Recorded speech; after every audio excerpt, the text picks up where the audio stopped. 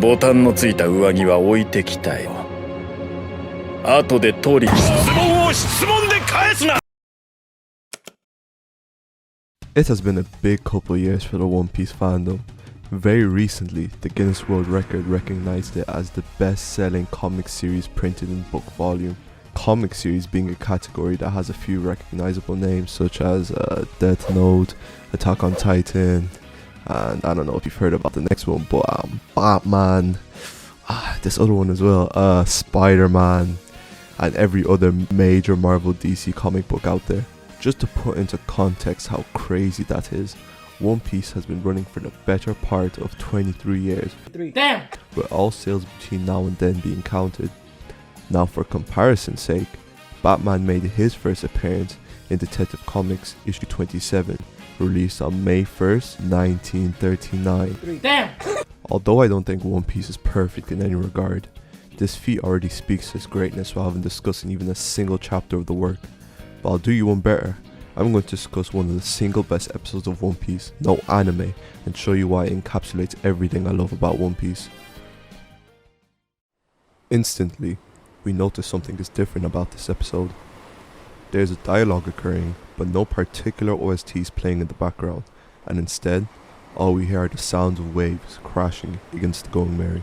Don't get me wrong, I love One Piece's OSTs, but I do feel that it can sometimes cheapen an otherwise serious conversation with its often upbeat feeling. We are reminded through this choice that we are on a ship that has carried us through the first 3 sagas of this story, a perfect setup for what is to ensue. One of the things I love about One Piece is Oda's excellent use of characterization, especially within its main cast. Every single crewmate has a very distinct personality, and this provides great things for the story, one of which being the fashion in which it creates conflict. We then observe a conversation involving the crewmates, minus Robin, discussing the money that Usopp had just lost, and Usopp expressing concern on how they're going to repair the ship without this money. Then, in the bluntest manner, Luffy expresses how he plans on getting rid of the Going Merry to the surprise of Usopp. And then, the conflict has commenced. Let us take a step back and take a look at why such a seemingly insignificant statement can hold so much weight to Usopp.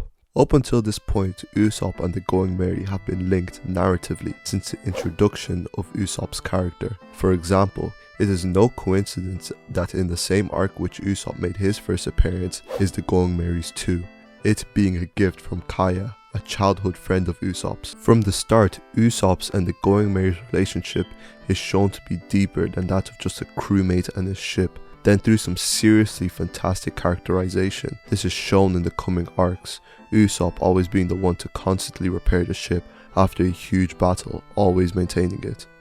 It got to a point in their friendship where on Skypiea, he was the only one who could see a physical manifestation of its spirit. Usopp could not see it as a ship anymore, he saw it as a crewmate, a friend.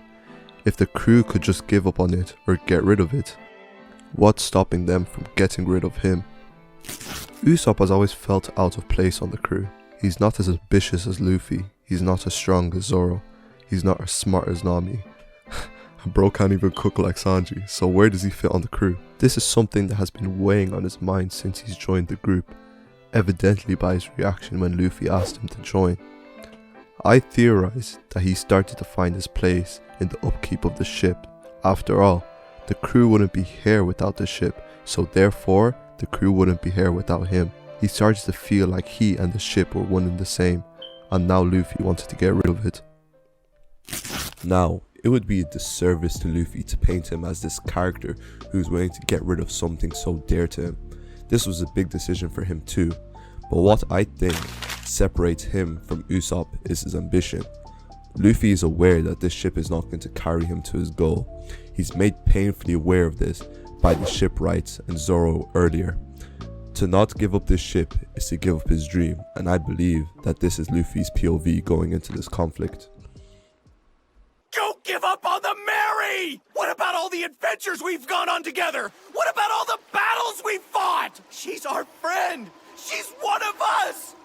Are you gonna abandon her for another ship without a second thought? What I love so much about the scene that follows, and the primary reason why I'm making this video, is how eerily real it feels. Remember what I said about Oda's characterization earlier? Every single crewmate has a very distinct personality, and this provides great things for the story, one of which being the fashion in which it creates conflict. This is where we see it in full effect, and what gives this scene the atmosphere it intends to have. Denial, anger, and bargaining. We see Usopp partially go through the stages of grief in this single episode, only to complete his journey in the conclusion of this arc. Every word oozes with the insecurities of a man who feels like his crew is ready to abandon him.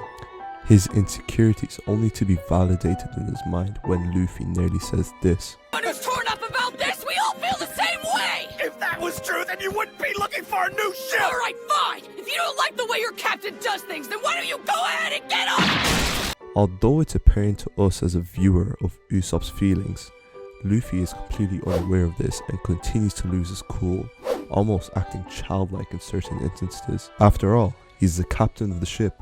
His orders should go unquestioned.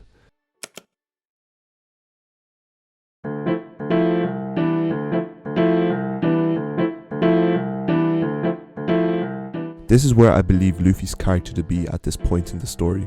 A great leader knows his subjects and acts based on this knowledge, and these nuances are not represented in Luffy at this point in the story. I think Oda is showing us in this scene that Luffy is not mentally prepared to lead a crew in the new world, where he would show later on that he is not physically prepared to lead a crew in the new world as contrast. The other crewmates also get their chance to show their characteristics through this conflict.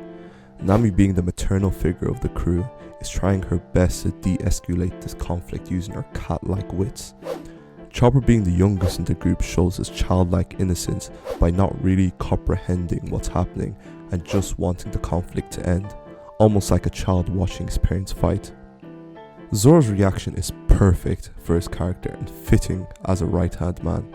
Although he doesn't say much, from his facial expressions you can tell this man is deeply conflicted. As difficult as it is to watch Usopp go, he understood that this was the wishes of his captain and was willing to respect that. This unwavering loyalty is a product of his samurai-like upbringing and the Bushido culture that was instilled in him from young. I think it's kind of sad that ever since this arc, there hasn't been anything meaningful done with Usopp's character. Sometimes it almost feels as if he's been relegated to a background character. And don't just take my word for it, just look at the character popularity polls. Usopp was at his most popular around the episodes preceding this one, but if you were to look at the polls now, I think there's something represented in this episode that isn't very present in post-time skip One Piece. Let me ask you a question. Have you ever been in a situation where two individuals in your friend group start arguing? Well, yeah, you have.